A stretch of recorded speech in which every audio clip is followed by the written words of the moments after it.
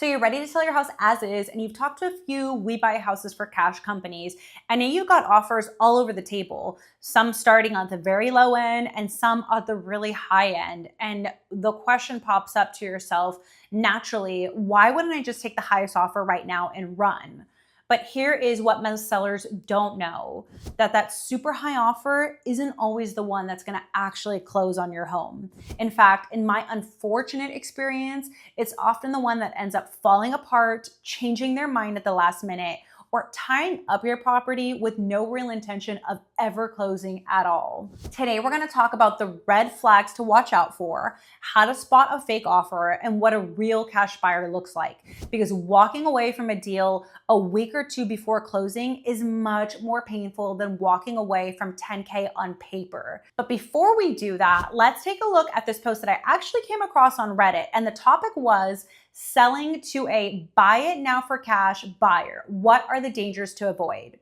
And here's what he said. Ready to sell my house. It needs a lot of expensive work. I want to sell it to a We Buy Houses as is for cash buyer, willing to take less money to save less hassle. I've talked to several, got offers at 130K, 155K, 165K, 168, and then 200K. I'm nervous that the highest offer is too good to be true, but heck, I don't want to walk away from money either. What do I look out for as I go along this process? What precautions should I take? My question is, why would I not take the highest offer? Now, maybe your house needs a lot of work. Maybe it has foundation issues, maybe it has water damage, or maybe it just needs a lot of TLC to be brought up to today's standard. And you're thinking to yourself, well, I do not have the money to fix this, so I just want to be done with it. And that totally makes sense, right?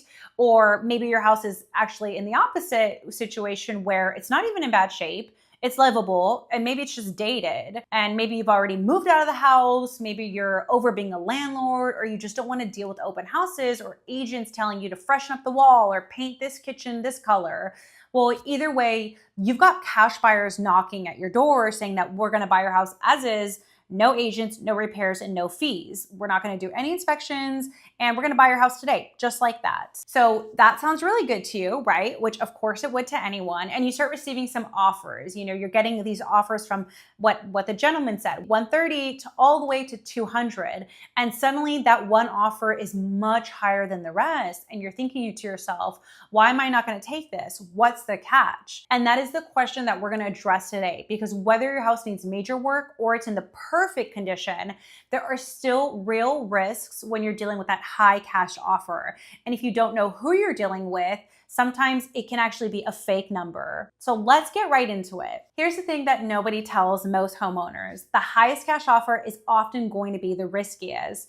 And why is that? Well, it's because they're not actually trying to scam you, but some buyers will throw out a high number just to get you under contract, even if they're not 100% that they can fully close on the house. So if you've got a stack of offers anywhere from 130 all the way to 200, what's behind that 200 number? Why are they able to pay so much higher than all the other numbers in between? What really matters is the execution behind that offer. So let me make you aware of the 4 common problems with those too high cash offers that you may receive on your house here in Knoxville or anywhere in East Tennessee, frankly. So number 1 is what we call the bait and switch method. So let's talk about the bait and switch game, my most favorite from these great buyers out in the market. These buyers are actually offering you a big number to win your trust initially, but after they get through their walkthrough or their inspection, they come back with something like, hey, it turns out that it needs more work than we thought. Are you willing to drop a 30K? And that happens all the time. I hear it all the time from sellers who come to us as a second option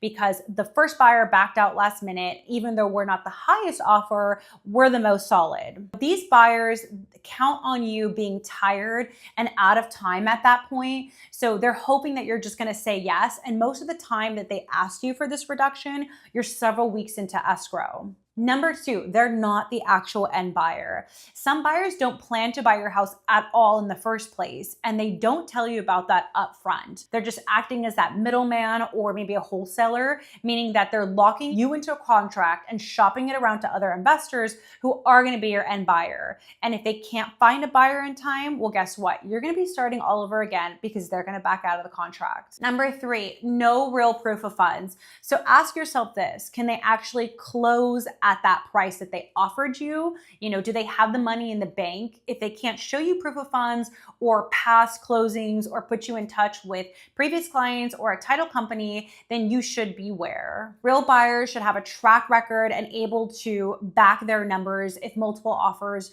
are coming around the same price. What makes this buyer at that high number able to pay that much more than the other buyers? What do they see in the property that the other buyers are not seeing?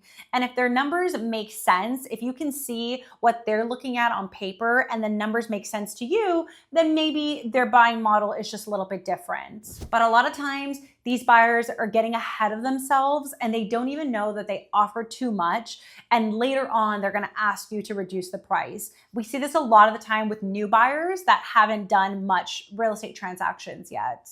And number four, the contract is full of loopholes. I hate that. So the $200K offer that you got may sound amazing. That crazy high offer may sound great until you see that fine print. And it comes with something like a 30-day inspection period or vague terms like subject to partner approval that allows them to back out at any time. And it's like basically giving them a back door that allows them to tie your house up for weeks and then escape through at the very last minute. So here's a rule of thumb that I tell sellers. If one offer is way higher than the others, don't just assume that it's going to be the winner for you. You should totally dig deeper and ask questions.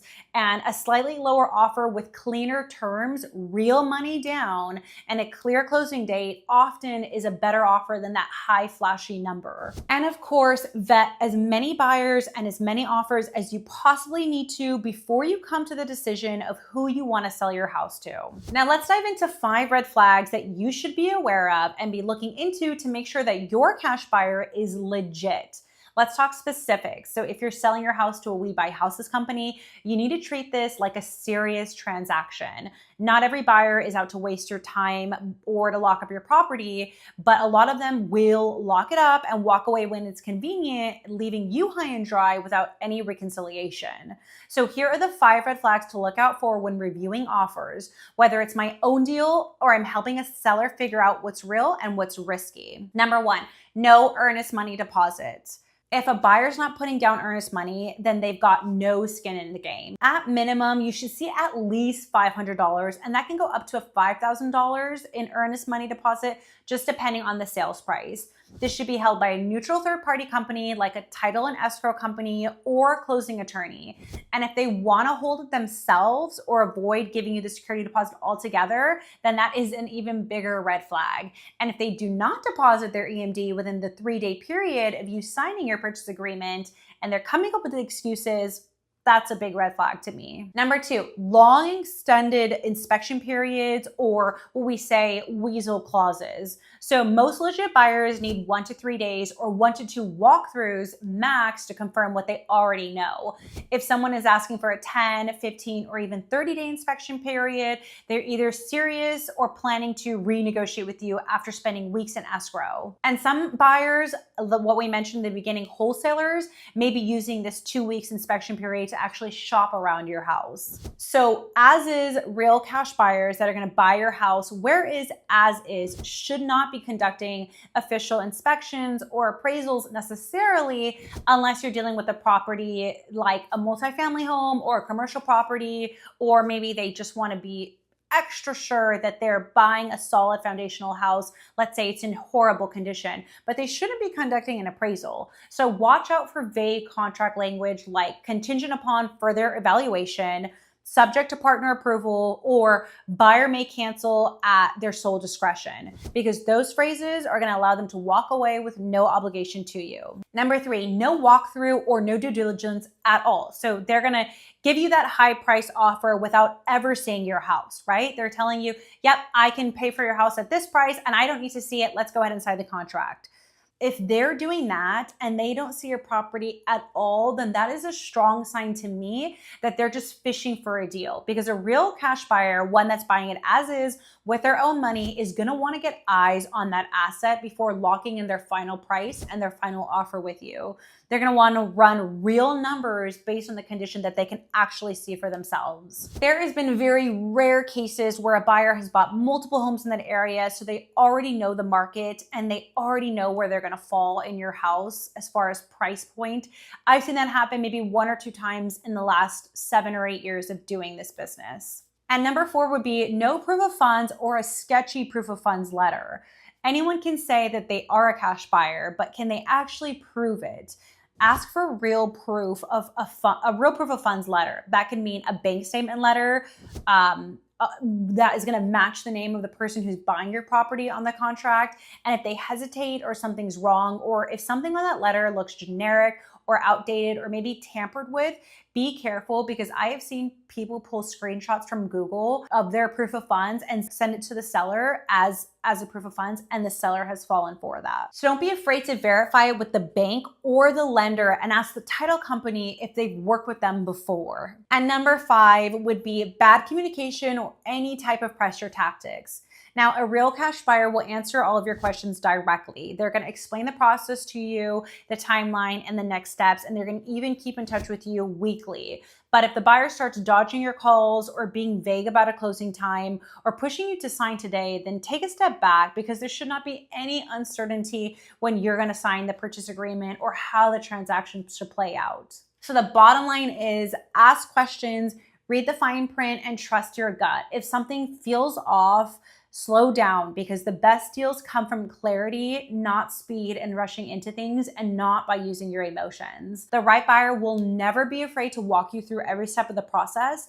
And if they want your house, they'll be there months down the line as well. All right, now we've talked about the red flags. Let's talk about what you can actually do to protect yourself, because the truth is you don't have to be a real estate expert to sell your house as is and not get screwed over. You just need to ask the right questions. So here's your go-to checklist. Before you sign a single contract, ask these questions. And if the buyer gets weird or defensive, it is most always because they're showing you their true colors right away. So number 1, can I see your contract before signing anything? Get everything in writing and take the time to look at it and read it over for a couple of days. Look for those inspection periods, any exit clauses, or any assignment language. Number 2, how much earnest money are you putting down and where will it be held?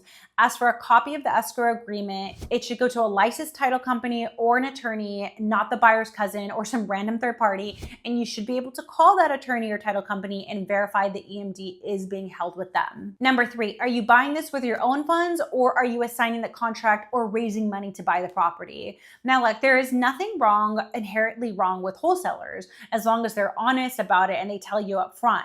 But if someone dances around this question and tells you, hey, it doesn't matter who's buying your house, as long as your house is being bought, then that's a big red flag for me. And number 4, the question that we already covered is, can you ask for proof of funds? So again, this one is simple: a bank statement, a lender letter, just something. The name of the proof of funds should match the name of the contract, or the name of the bank statement should not match the entity or whatever company they're buying your house under. Number 5, how many deals have you closed in my area? So ask for addresses, dates, who handled the title. You could even ask for HUD statements, and a serious buyer should have no problem providing you with their actual track record. Number 6, what happens if you don't close on time? Well, a real buyer is going to tell you exactly what time you're going to close. And if something is going to delay that, they'll tell you as well. And a good buyer is going to tell you up front, instead of waiting for things to fall through or waiting for you to figure things out. For example, if there's a memorandum or a title issue, a good buyer is going to tell you right up front when that becomes apparent, so you can work through those issues together. And look, selling your house as is can be a great move, but you've got to work with someone who's upfront, someone who's experienced, a local cash buyer. And if you want that smooth sale that you've heard your friends having or that you've heard about online, then it's always a good idea to ask around. See if any of your neighbors have possibly worked with someone. Maybe your family or friends have worked with a home buying company before. I mean, I can't tell you how many referrals we've personally received from clients that have worked with us before. And that's a true testimonial to us being able to perform for them. And let me leave you with this, because this is the part that trips up way too many homeowners. A cash offer is not the finish line. It's actually the starting point of that deal. What happens next is the paperwork, the timeline, the walkthrough, and the actual closing. That is what actually matters. So before you sign anything, just take a minute to slow down and set those expectations for yourself. Seriously, if you are really unsure, have a real estate attorney review the contract. I have seen sellers trust a handshake and a friendly voice over the phone only to end up locked up in a one-sided agreement with zero protection for themselves. If the deal is real, it'll still be there tomorrow and the next day and the next. And take the time to understand that what you're signing up for before potentially locking up your house for weeks. So to wrap this up, here's a checklist of what must be in a real trustworthy offer from a local cash buyer in Knoxville.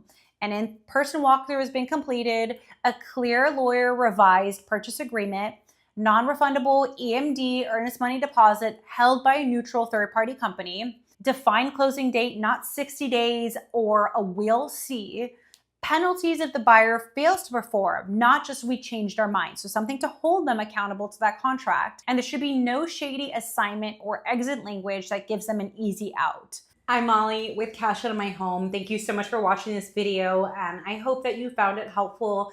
And if you need any help, or you're looking to sell your house fast or for cash, or work with a legitimate home buyer here in East Tennessee or anywhere in North Georgia, just give us a call. I will include all of my information in the description below, and we will see you on the next video.